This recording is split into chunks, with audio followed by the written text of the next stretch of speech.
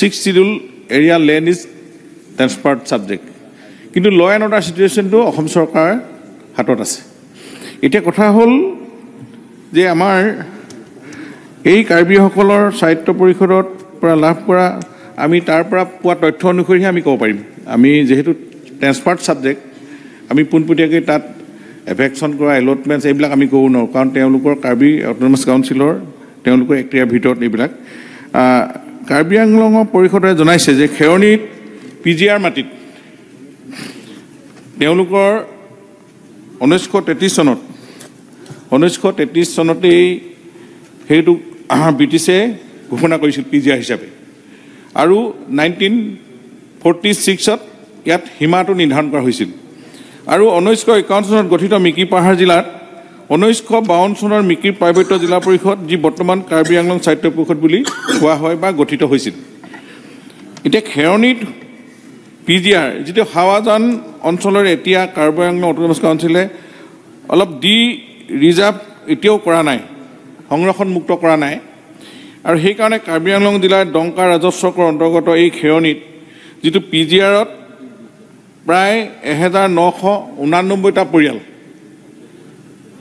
আৰু তাতে পপুলেশ্যন হিচাপে 9286 আছে পপুলেশ্যন, আৰু তাতে স্থায়ীভাৱে 834 RCC ঘৰ আৰু 1155 নাম্বাৰ্ছ কেঁচা ঘৰ বনাই তাতে এই PGRত বেদখল কৰি আছে।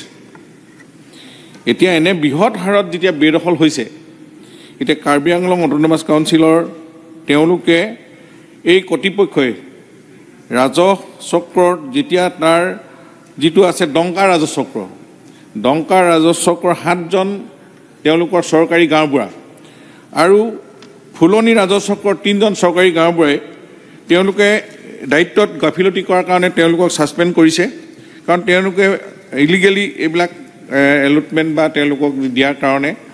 গতিকে গোটেই বিষয়টোৱে আমি বেছি ডিটেইলছ ল'লে নগৈ যে ছাবজেক্টটো যিহেতু অট'নমাছ কাউন্সিলৰ আণ্ডাৰত তেখেতসকলে ভূমি সংৰক্ষণ কৰা, তেখেতসকলে যেনেধৰণে তেওঁলোকৰ কাউন্সিলে ৰেভিনিউ ডিপাৰ্টমেণ্ট আছে, তাত তেওঁলোকৰ সেই বিভাগৰ ছেক্ৰেটেৰী আছে, আণ্ডাৰ ছেক্ৰেটেৰী, তেওঁলোকে গোটেই বিষয়টো চাই চোৱা কৰি আছে। কাৰণ আমাৰ অসম চৰকাৰে আমি পোনপটীয়াকৈ যিহেতু তাতে একো হস্তক্ষেপ কৰিব নোৱাৰোঁ, কিন্তু এটাই পাৰোঁ যে ল এণ্ড অৰ্ডাৰ ছিটুৱেশ্যন হ'লে আমি কণ্ট্ৰল কৰা আইনসংগত কথাখিনি আমি অসম চৰকাৰৰ হাতত আছে।